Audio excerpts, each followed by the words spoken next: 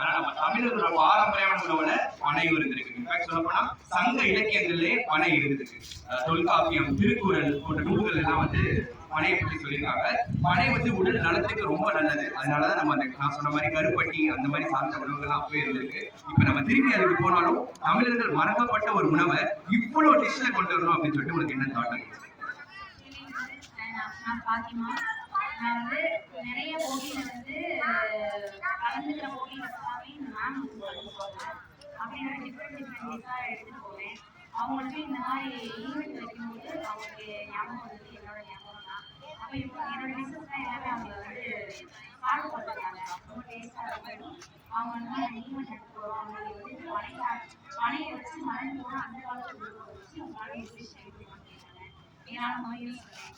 எனக்கு கீழே 4 பேரை வச்சு நாங்கள் பனை ஒன்று, பனை ஒன்று, பனை கிழங்கு இதெல்லாம் வச்சு நாங்கள் டிஃப்ரெண்டாக சூப்பர் மேம். ஸோ இப்போ நமக்கு நூறு தெரியும், ஸ்டார்டர்ஸ், மெயின் கோர்ஸ், டெசர்ட்னு சொல்லுவோம். பட் நம்ம இதில் நிறைய டெசர்ட்ஸ் பார்க்குற மாதிரி இருக்கு, புது புது உணவுகள் இருக்கு. இதில் சிக்னேச்சர் டிஷ் அப்படின்னா என்ன சொல்லுவீங்க நீங்க? கற்றாழையில லேகியம் கொண்டு வந்துருக்கோம். கற்றாழை லேகியம், முளவாட்டுக்கால் பொடி இருக்குல்ல, அந்த முளவாட்டுக்கால் பொடி வந்து எல்லாம் சூப் வச்சு தானே சாப்பிட்டுருப்பீங்க. இப்ப இந்த மாதிரி லேகியம் வந்து நீங்க ஒரு நாள் தான் சாப்பிட முடியும்.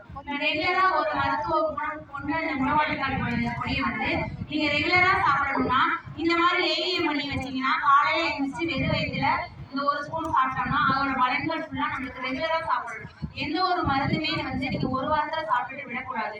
ஒரு கண்டினியூவா ஒரு 3 months இல்ல 6 months ஃபாலோ பண்ணாதான் அது வந்து கேட்கும்.